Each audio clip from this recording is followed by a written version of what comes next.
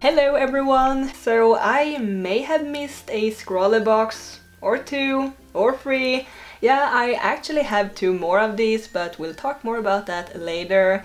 I thought that I can't possibly catch up with all of these that I missed, so why not combine some of them and use the art prompts or challenges in all of them and make something with all the supplies. And yes, I've opened them already and peeked inside. I can't help it, I'm just too curious. For you who don't know, ScrawlrBox is a monthly art supply subscription box. So let's go through all the supplies really quickly, and if you're impatient and don't want to see a bunch of delicious art supplies, you can just skip ahead if you want to. But if you stay, you can try to count all the happy cats that will appear during the unboxing, and the ones that can tell me the correct amounts of cats will win a virtual pat on the head by Sally the cat. Alright, so let's start with a box of August. Spectrum Noir illustration markers with 1 fine and 1 brush nib, Stabilo or Stabilo .88 fine liner, Derwent precision mechanical pencil with lead and eraser refills, a teardrop shaped eraser from Derwent, Isosketch drawing tool thingy, sticker, candy, and then we have the first art prompt or challenge, which is Imagination Palace. We also have the featured artist of August, which is Rob Turpin, and some blank paper sheets that I will not use for this challenge because I will need something bigger to draw with all these supplies on. Next we have September's box. First we have 3 tubes of Royal Talon Van Gogh watercolor paint, 2 sea white brushes, a Pentel correction pen, 3 watercolor pencils from Koh i Noor, Haribo candy, I love these. And we have the second art challenge or prompt, which is Space Mask. I was very happy to see Tillit as the featured artist. I've been following her for quite some time now. And lastly, some Buckingford watercolor paper.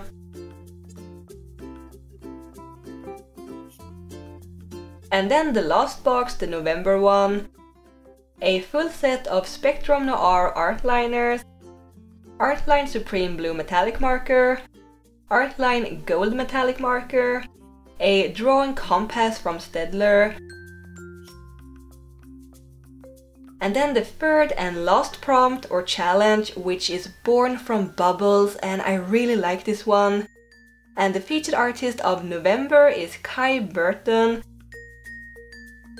And lastly, some paper sheets.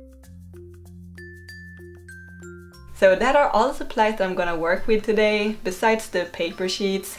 And this is what 3 months of ScrawlrBoxes looks like. I am not sponsored or anything, but if you're curious to check out ScrawlrBox yourself, I will leave a link in the info box below.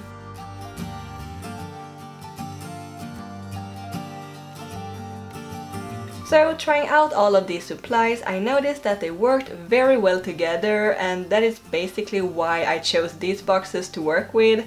I also have the October and December box that I will show you at the end, so you can vote on which one of them that you want to see me use next time. Also, that Isosketch thing was a pain in the neck to remove out of its packaging. I don't know if you could see me struggle.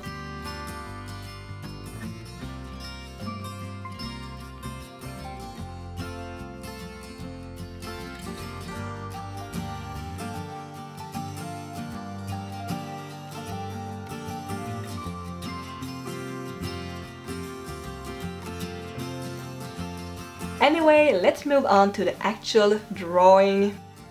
So I made some thumbnails to try to figure out how to compose these 3 art prompts together, which are, to recap, Imagination Palace, Space Mask and Born from Bubbles. And I had one idea that stuck with me, but when I sketched it in a bigger scale, on a bigger paper, I didn't like the laying format, so I changed it a little and I had it on this standing paper format instead, which felt much more cohesive and well composed, in my opinion. I don't know what happened with the footage of the sketch part, but I used the mechanical pencil and gosh, I really don't like using this kind of softer lead to sketch with. It smudged a lot and it looks messy. If I have to use graphite for sketching, I do prefer harder lead. I used the compass for the bubbles and then the ISO sketch for the little palace, and it is so hard to come up with ideas for buildings, so kudos to all the architects out there. I am actually no fan of using straight lines in drawings because it feels so stiff, but the ISO sketch seems like a really practical little tool since it is so small. There was so many fine liners in these boxes to work with, so I ended up not using some of them. I like the Spectrum Noir art liners, the ink looks very pigmented and they felt smooth to work with. The eraser was fantastic, it left a little bit of dust behind, but it erased very nicely and clean.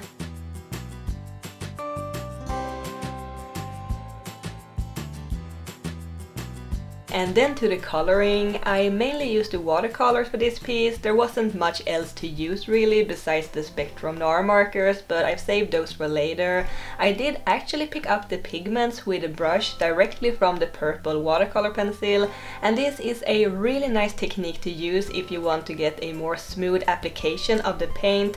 I think the pencils dissolved quite nicely when trying them out before, but I just felt for trying out a different technique. The dark blue Van Gogh paint was so beautiful, I really love the rich and pigmented colors.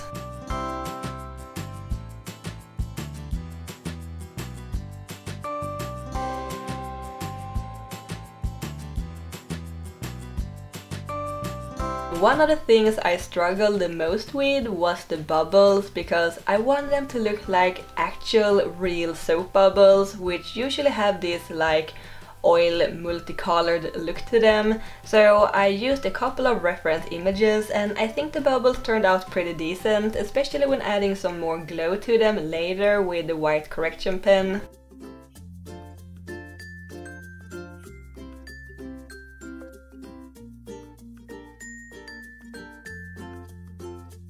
And speaking of the correction pen, it was awesome in the beginning, but it started to clog up pretty early and left these huge puddles of ink on the paper if you press too hard when using it.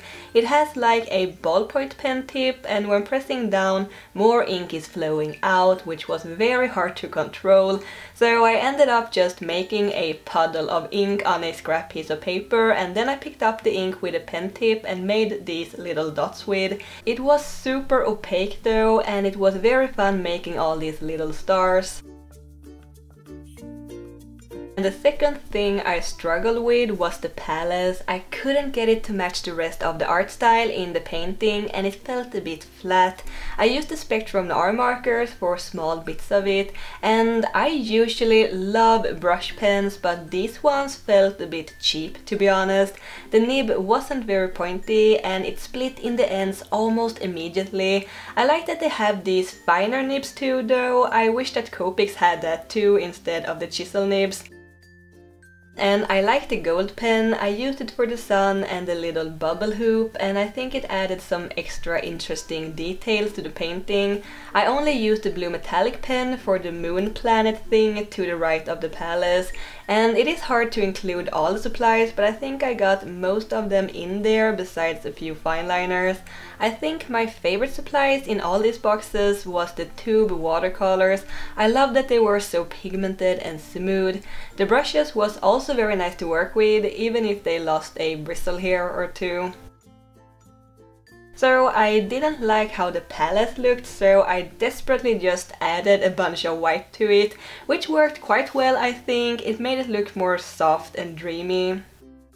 I am actually really liking how this piece is turning out, even if it is a little different from what I normally do. I was a little skeptical in the beginning, but it kind of grew on me, and I think that the art prompts worked very well together and that they all kind of make sense in this art piece, even if it is like a fantasy-inspired painting. Let me know what you think.